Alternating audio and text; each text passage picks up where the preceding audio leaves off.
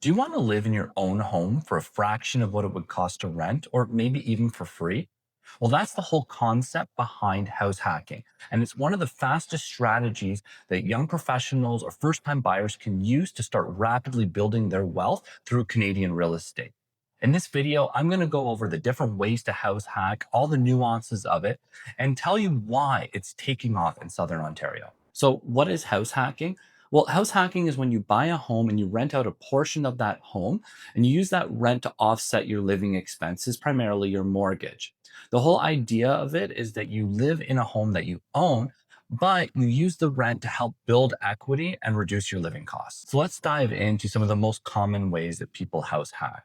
One of the most common is buying a 2 unit house where the owner or you live upstairs and then you rent out a basement apartment, which will have a separate entrance, its own kitchen, bedrooms, etc. The nice thing about this strategy is you still have completely separate space from your tenants. And basement apartments in, for example, cities like Guelph will rent from anywhere between 1,500 to 2,200, sometimes even a little bit more per month.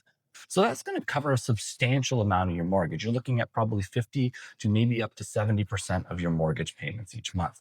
Now, if you are going to do a 2 unit home, you are better to either buy one that's legalized or to legalize it so that you're not running into any issues with the city. The nice thing is if you buy one that is already legalized, then you can actually use the potential income of that basement to help you qualify for your mortgage and for the purchase. Now, with Bill 23 that came out, most residential homes, single family in Ontario, will allow you to have up to 3 units per residential lot. So you can actually even go further and create a third unit down the road to create more cash flow. Another common way to house hack is actually to live in the lower unit, the basement apartment, and rent the upper unit. The reason why some people will choose to do this is because the upstairs unit usually rents for more money. In cities like Guelph, it would be common to see an upper unit rent from anywhere from $2,500 to $3,000 a month. So that's going to cover a substantial amount of your mortgage, if not all of your mortgage payments. This allows you to build equity faster. And then when you decide that you want more space, you can always move upstairs and rent out the basement apartment. It's like you have a built-in upgrade plan. A different strategy that people will use for house hacking is rent by the room. So this is a scenario where you buy a house, usually one with more bedrooms, 4 or 5 bedrooms. You'll live in one bedroom and then rent the remaining bedrooms out to either young professionals or students.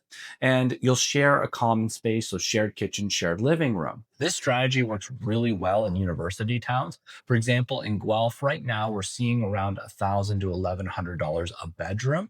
So if you were to rent 3 bedrooms, that would be an additional $3,000 in rent towards your mortgage. If you had a 5 bedroom house and you rented 4 of those, then you're looking at $4,000 a month. So you can get a lot of cash flow to carry your expenses. The other advantage of this is that you don't have to pay to put a full legal second suite in or pay the premium of buying a 2 unit house. So it's less expensive to add a couple of bedrooms than it is to add an additional kitchen and having to go through the whole process of legalizing a 2 unit home. Another point to consider that a lot of people don't even know about is that if you are sharing a common space with your tenants, so kitchen and living room, and you're just renting by the bedroom, you're actually considered housemates. So, what this means is that you do not fall under the regular landlord tenant act. So, it makes it much easier if you have a tenant who is either causing problems or who is not paying rent for you to kick them out. You don't have to go through the whole entire eviction process with the LTV. An alternative house hacking solution that you can use is adding a backyard accessory dwelling unit.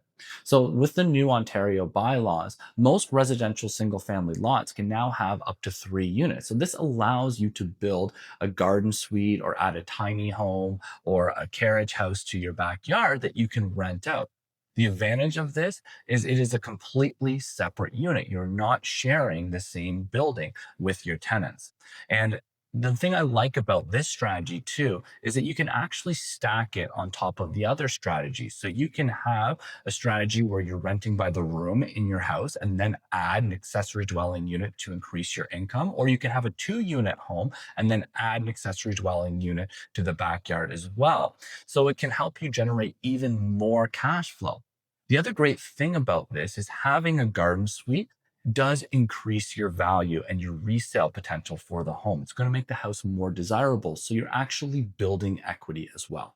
I'm going to go through a real life scenario of clients who we just helped get into their first house through house hacking. So our clients bought a bungalow in Guelph for around $750,000. Now, the bungalow had a basement that was finished with a kitchenette, bathroom, and two bedrooms, but it wasn't legalized. So they spent about $20,000 legalizing the basement apartment. They then had us rent out the basement apartment for them for $2,000 a month. So their overall expenses for the house, when you take into consideration their mortgage payments, their taxes, and their insurance, are about $3,800 a month. So that means in total, they're paying only $1,800 a month to live in that house. So they're paying less than what it would cost to rent a one-bedroom condo, but they own a property and their tenants are paying down their mortgage. They're building equity. The other great thing is by legalizing that basement apartment, their house has increased in value. So they may have purchased it for 750, but that home is now worth easily $800,000. So they've already forced some appreciation. Now, 5 years from now, if our clients decide that they want more space, they're going to be in an amazing position. They're going to have a ton of built in equity from principal pay down that their tenants have done, as well as the appreciation on the property. They'll have the option of either moving out of the house, refinancing it, pulling out that equity to buy a new home, and then renting the property and keeping it as an investment property.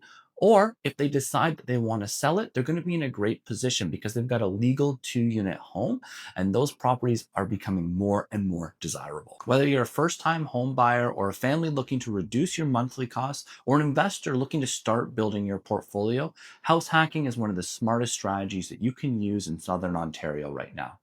If you're looking for the perfect property to house hack or wondering what you can legally do in your area, please reach out to us at Go Wild Real Estate. We specialize in helping people find income producing properties and we'd love to help.